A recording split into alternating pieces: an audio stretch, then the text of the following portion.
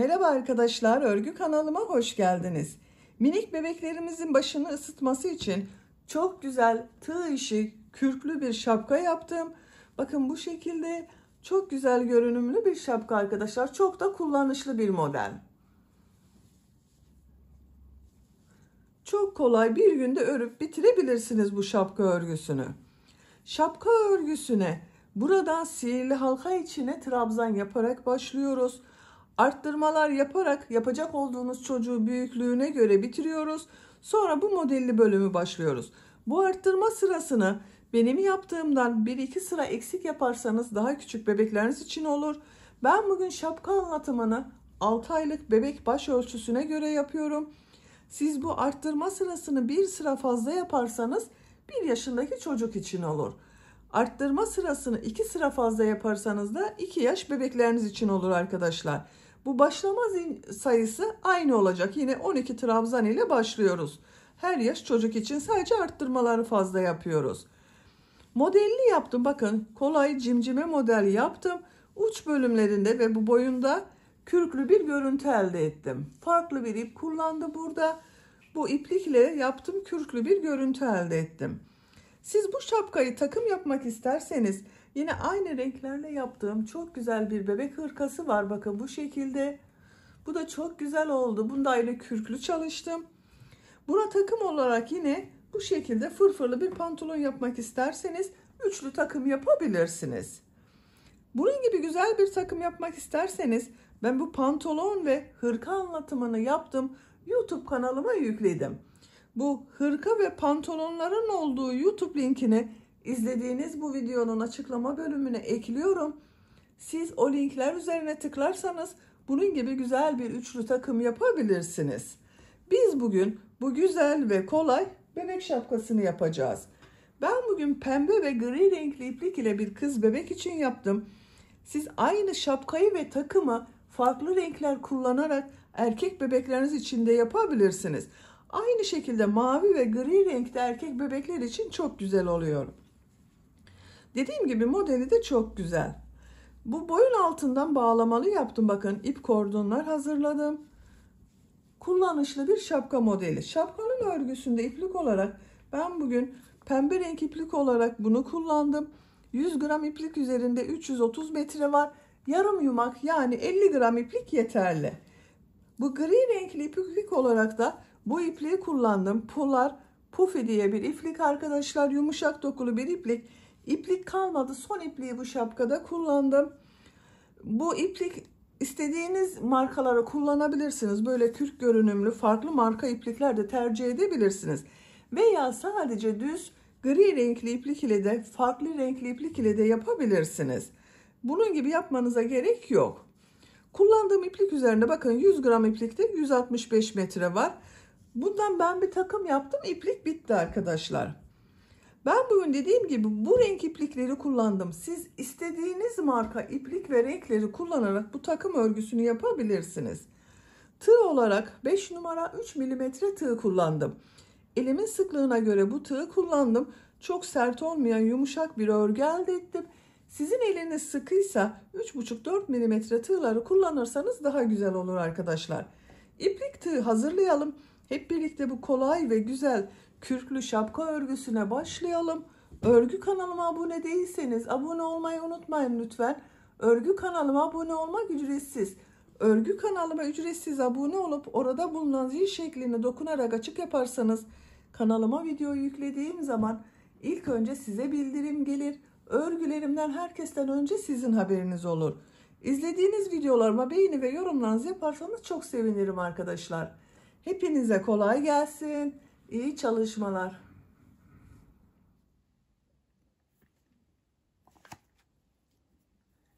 Şapkanın örgüsüne tepe noktasından sihirli halka içine trabzan yaparak başlıyorum. Sihirli halkayı bakın bu şekilde yapıyorum. Yavaş gösteriyorum arkadaşlar. Parmağıma bir defa iplik doladım. Bu dolamış olduğum ilmekten ipliği bir defa çekiyorum. Yavaşça parmağımdan çıkarıyorum. Sihirli halkayı bakın bir zincir yaparak sağlamlaştırdım, yaptım. 2 zincir yapıyorum.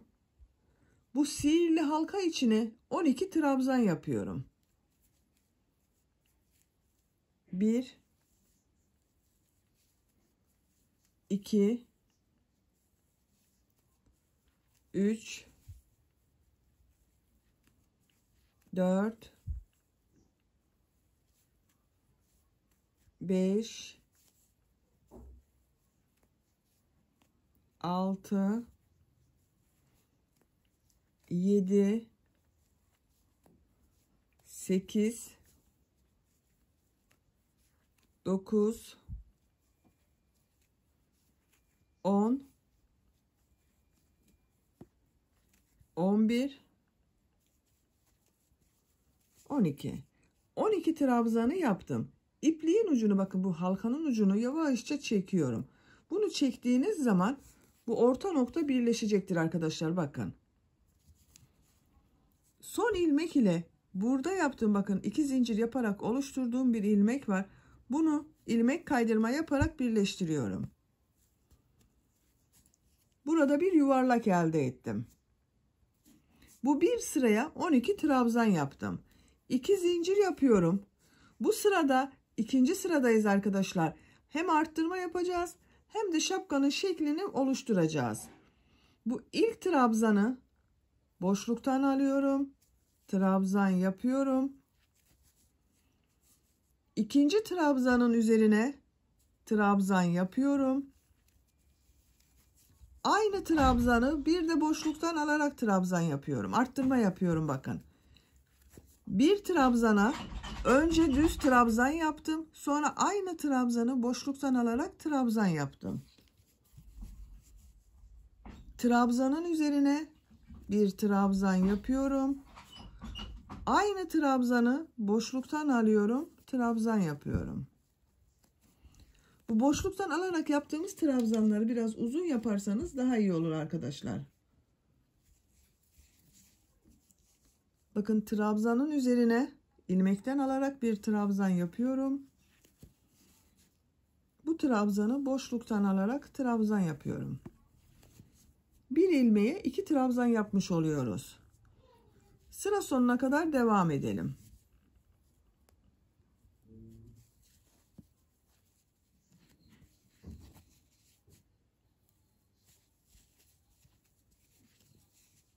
Bakın, son trabzanın üzerine geldim. Bunun üzerine bir trabzan yapıyorum. Aynı trabzanı boşluktan alıyorum. Trabzan yapıyorum. Bu son yaptığım, boşluktan alarak yaptığım trabzan ile ilk yaptığım, bakın bu trabzanı ilmek kaydırma yaparak sırayı birleştiriyorum. İkinci sırayı tamamladım arkadaşlar. Bakın, bu boşluktan alarak yaptığım trabzanları sayıyorum. Bu boşluktan alarak yaptığımız trabzanlar aynı şekilde devam edecek. Arttırmaları bu düz yaptığımız trabzanlardan yapıyoruz. Bakın, 1 2 3 4 5 6 7 8 9 10 11 12 12 boşluktan alarak trabzan yaptım. Üçüncü sıradayız. 2 zincir yapıyorum. Bu, bakın, boşluktan alarak yaptığım trabzanı boşluktan alarak trabzan yapıyorum. Bu düz yaptığım trabzanın üzerine ve boşluktan alarak yaptığım trabzan üzerine trabzan yapıyorum. 2 trabzan yapıyorum buraya.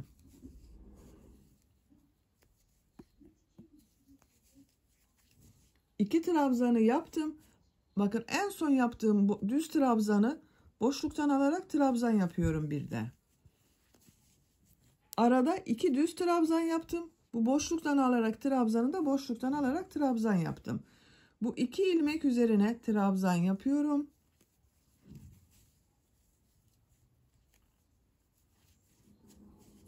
Son yaptığım trabzanı boşluktan alarak trabzan yapıyorum. 2 ilmek üzerine trabzan yapıyorum.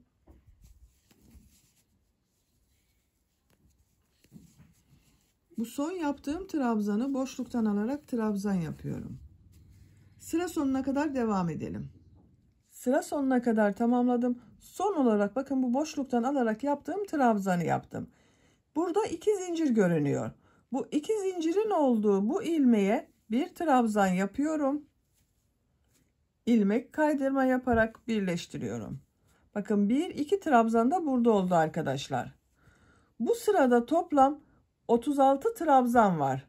Her sırada 12 artıyor. 12 trabzan ile başladık. İkinci sırada 24 trabzan.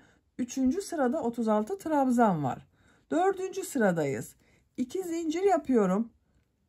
İlk bakın boşluktan alarak trabzan yapıyorum. 1, 2, 3. 3 ilmek üzerine trabzan yapıyorum. 1, 2, 3. 3 trabzanı yaptım. Son yaptığım trabzanı boşluktan alıyorum. Trabzan yapıyorum. Zaten bakın belli. Boşluktan alarak yaptığım trabzanlar belli arkadaşlar. 3 trabzan yapıyorum. 1, 2, 3. Bu son yaptığım trabzanı boşluktan alıyorum. Trabzan yapıyorum. Bu şekilde. Bu sırada bakın. Bu iki trabzan arasında üçer trabzan var. 1, 2, 3. Sıra sonuna kadar devam edelim. Sıra sonuna kadar tamamladım. Bakın burada bu trabzanı boşluktan alarak trabzan yaptım. Burada bir trabzan görünüyor. Üzerine bir trabzan yapıyorum. Bu 2 zincir yaptığım ilmeğe bakın buraya bir trabzan yapıyorum. Bu 2 zincirde bir trabzan oluyor. İlk ilmek ile ilmek kaydırma yaparak birleştiriyorum. Bakın burada da 1, 2, 3 trabzan görünüyor. 1, 2, 3 trabzan görünüyor. Dördüncü sırayı bitirdik. Bu bir sıra üzerinde toplam 48 trabzan var arkadaşlar. 2 zincir yapıyorum. 5. sıradayız. 5. sırada yine burada yaptığımızın aynısını yapıyoruz. 4 ilmek üzerine trabzan yapıyoruz. Bu dördüncü olanı boşluktan alarak trabzan yapıyorum. İlk trabzanı boşluktan alıyorum. Trabzan yapıyorum. 4 ilmek üzerine trabzan yapıyorum. 1, 2, 3, 4. Son trabzanı boşluktan alıyorum. Trabzan yapıyorum. 4 ilmek üzerine trabzan yapıyorum.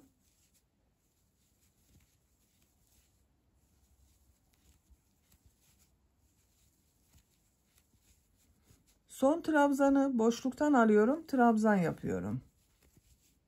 Bakın bu şekilde. Bu sırada da bu arada bakın 1, 2, 3, 4 düz trabzan oluyor.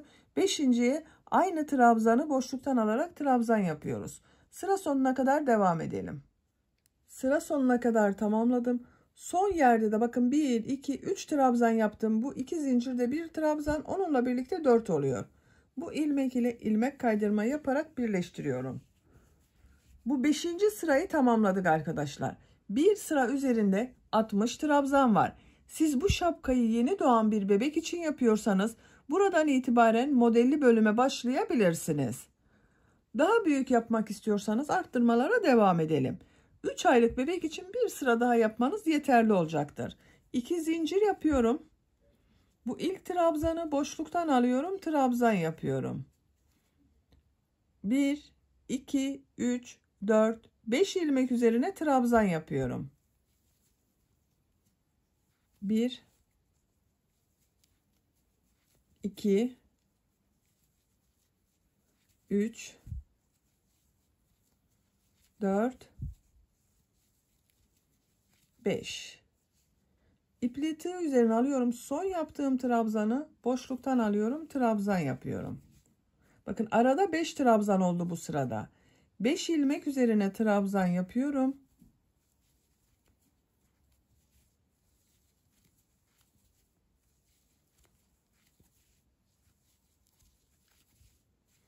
Son yaptığım trabzanı boşluktan alıyorum. Trabzan yapıyorum. Burada da 1, 2, 3, 4, 5 trabzan var arada. Sıra sonuna kadar devam edelim. Sıra sonuna kadar tamamladım. 4 trabzan yaptım bakın buraya arkadaşlar. İlk ilmek ile ilmek kaydırma yaparak birleştiriyorum.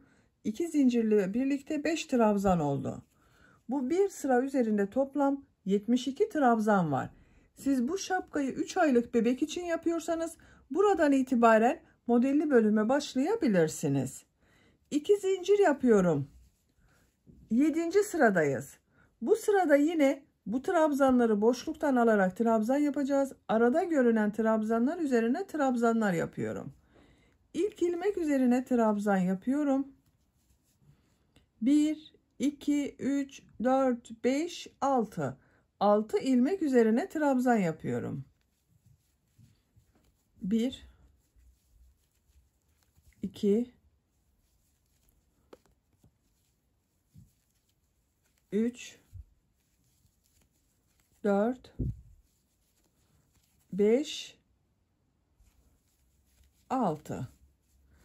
Bakın bu son yaptığım trabzanı boşluktan alarak trabzan yapıyorum. Zaten bakın boşluktan alarak yaptıklarımız görünüyor arkadaşlar. Bunların üzerine de trabzan yapıyoruz. Aynı trabzanı boşluktan alarak trabzan yapıyoruz. 6 trabzanın üzerine trabzan yapıyorum.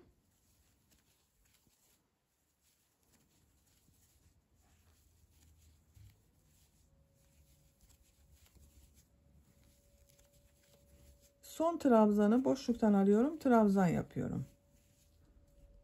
Sıra sonuna kadar devam edelim. Sıra sonuna kadar tamamladım. İlmek kaydırma yaparak birleştirdim. Bakın görüntüsü bu şekilde oldu.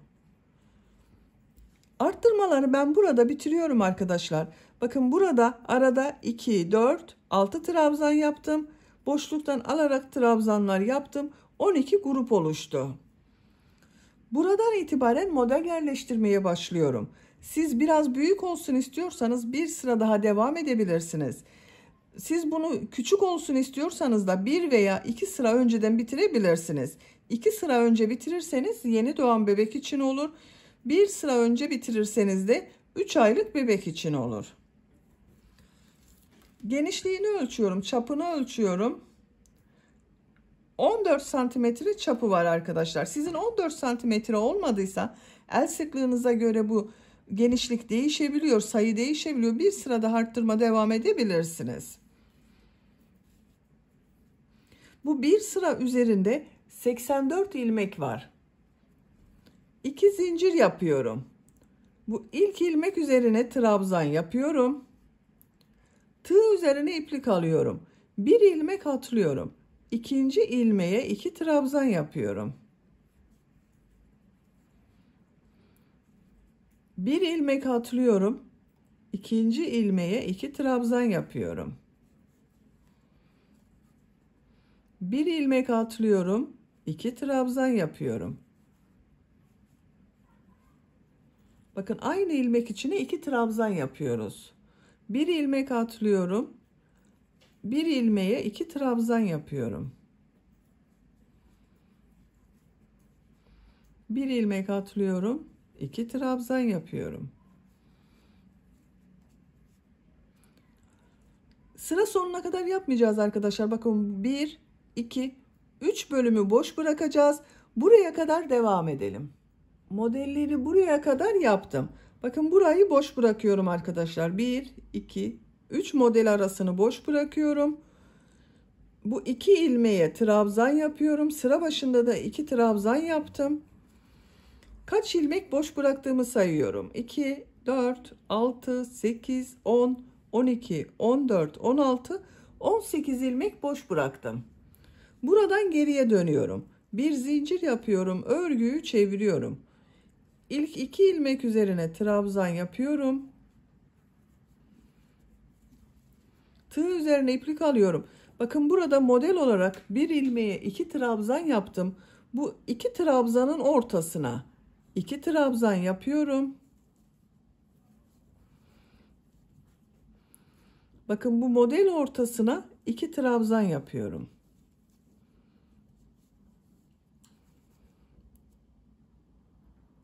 Bakın buraya değil. Bu bir ilmeğe 2 trabzan yaptım. Trabzanların ortasına 2 trabzan yapıyorum.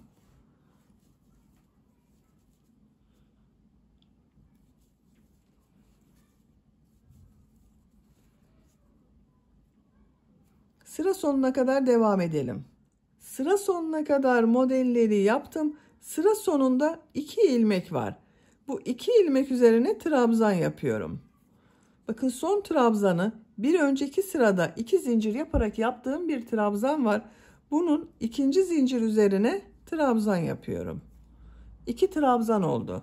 Sıra başında da 2 trabzan ile başladım. Sıra sonunda 2 trabzan ile bitirdim. Bir zincir yapıyorum. Örgüyü çeviriyorum. İlk 2 ilmek üzerine birer defa trabzan yapıyorum. Bu model ortasında boşluğa 2 trabzan yapıyorum. Bakın model çok kolay arkadaşlar. Herkesin yapabileceği bir model. Bu model ortasında bakın model birbirini devam ediyor. Boşluğa 2 trabzan yapıyorum. Bakın buraya yapmıyorum. Model ortasında boşluğa yapıyorum.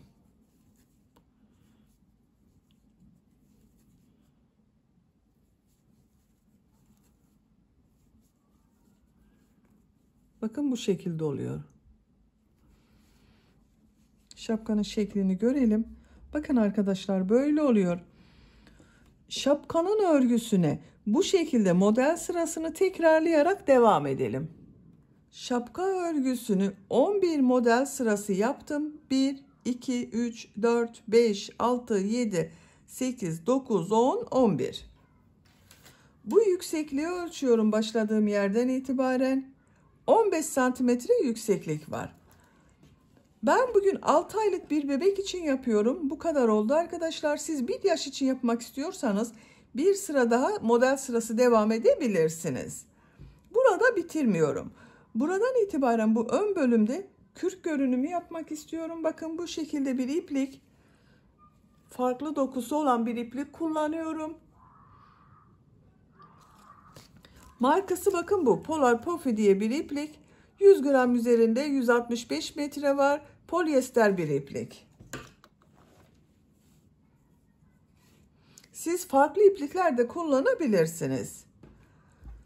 Bu ipliği kestiğim ilmekten başlıyorum.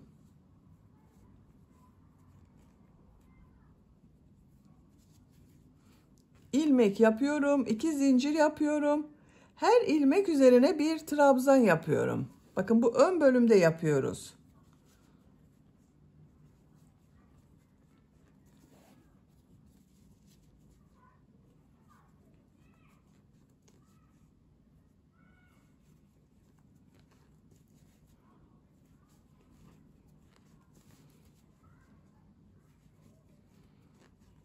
Bakın bu şekilde bir kürk görünümü elde ediyoruz arkadaşlar. Çok güzel oluyor. Sıra sonuna kadar devam edelim. Bir sıra trabzan sırası yaparak bakın sıra sonuna kadar tamamladım. Bu şekilde bir görüntü elde ettim. Bu şekilde bırakabilirsiniz. Ama ben bir sıra daha trabzan sırası yapmak istiyorum. 2 zincir yapıyorum. Örgüyü çeviriyorum. Bakın şu şekilde ilmekler görünebiliyor arkadaşlar. Biraz zor ama bakın ilmeklere eliniz alıştığı zaman çok kolay yapılıyor. Trabzan yapıyorum. Her ilmek üzerine bir trabzan yapıyorum.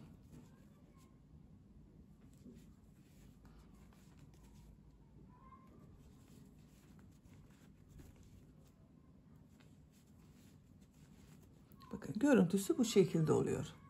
Sıra sonuna kadar devam edelim. Trabzan yaparak sıra sonuna kadar tamamladım. Bakın şapkanın ön bölümünde çok güzel bir kürk görünümü elde ettik arkadaşlar. Bu görüntüye boyun çevresinde de devam ediyorum. İpliği kesmiyorum. Bir zincir yapıyorum. Tığ üzerine iplik alıyorum. Bakın bu yaptığım trabzanlara birer defa trabzan yapıyorum. Burada görünen bakın model sıralarına da birer defa trabzan yapıyorum. Her sıraya bir trabzan yapıyorum arkadaşlar. İplik kalın olduğu için birer trabzan yapıyorum. Biraz da çekecek bakın. Şu şekilde.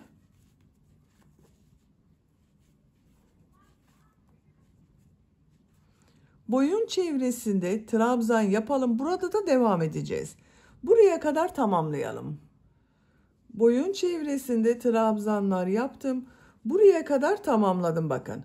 Bu ön bölümde yaptığımız trabzanlar üzerinden de trabzan yaptım. Bu ilmek ile ilmek kaydırma yaparak bitiriyorum. İpliği kestim. İlmek içinden çekiyorum. Bakın. Görüntüsü bu şekilde oldu. Kürk görünümlü güzel bir şapka yaptık. Bakın burası da çok güzel oldu. Boyun çevresinde de çok güzel bir görüntü elde ettik. Şimdi ip kordon yapmak istiyorum buna.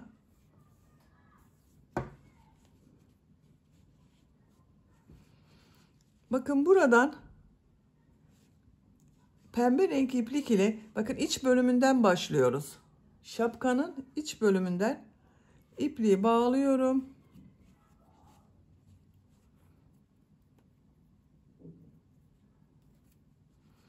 Buradan ilmek yapıyorum. İp kordonlar için zincirler yapıyorum. Bu zincir uzunluğu tercihinize göre daha uzun veya daha kısa yapabilirsiniz. Ben 60 zincir yapıyorum. 60 zincir yapalım. İp kordon için 60 zincir yaptım. 60 zincirin kaç santimetre olduğunu ölçüyorum.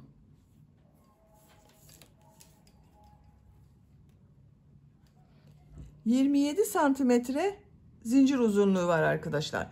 Benim elimin sıklığına göre 27 santimetre için 60 zincir yaptım. Sizin elinizin sıklığına göre daha az veya daha çok zincir yapabilirsiniz. Bu ip kordonun uzunluğu tercihinize göre daha kısa daha uzun da olabilir. Şimdi bu ilmekler üzerine sık iğne yapıyorum. Bir ilmek atlıyorum. İkinci ilmeğe sık iğne yapıyorum. Diğer ilmeklere sık iğne yaparak devam ediyorum.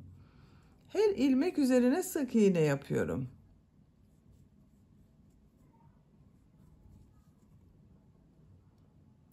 Sıra sonuna kadar devam edelim. Zincirler üzerine sık iğne yaparak bakın tamamladım. Bu şekilde bir görüntü elde ettim. Bu en son yaptığım ilmeği bakın burada bir ilmek atlıyorum. Bu ilmek ile ilmek kaydırma yaparak birleştiriyorum. İpliği kesiyorum. Ben kestim. İlmek içinden çekiyorum. İp kordonun birisini bakın buraya yaptım. Şu şekilde. Şimdi diğer ip kordonu da yapalım.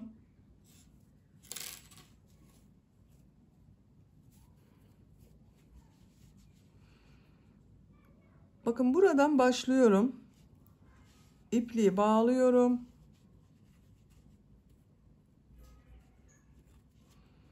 İlmek yapıyorum. Şu şekilde sağlamlaştırdım. Zincirler yapıyorum.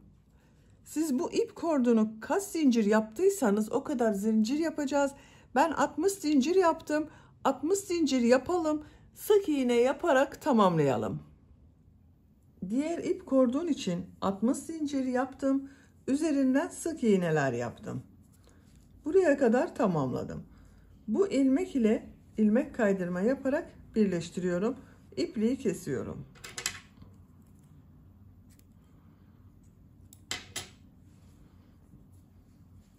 Şapkanın örgüsünü de bitirmiş olduk arkadaşlar. Bakın. 2 ip kordonu da yaptık. Bakın çok şık bir şapka oldu. Kürklü güzel bir şapka yaptık.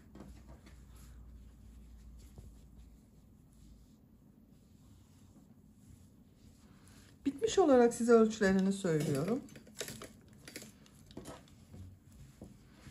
Buradan baş yüksekliğini ölçüyorum. 18 santimetre.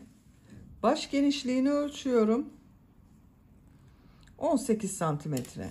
6 aylık bebek için yaptım. Bakın çok güzel oldu. Beni dinlediğiniz ve izlediğiniz için hepinize çok teşekkür ederim. Örgü kanalıma abone değilseniz abone olmayı unutmayın lütfen. Örgü kanalıma abone olmak ücretsiz. Örgü kanalıma ücretsiz abone olup orada bulunan zil şeklini dokunarak açık yaparsanız kanalıma video yüklediğim zaman ilk önce size bildirim gelir. Örgülerimden herkesten önce sizin haberiniz olur. İzlediğiniz videolarıma beğeni ve yorumlarınızı yaparsanız çok sevinirim arkadaşlar. Sizlerle yeni örgülerde görüşmek dileğiyle. Hoşça kalın, sevgiyle kalın.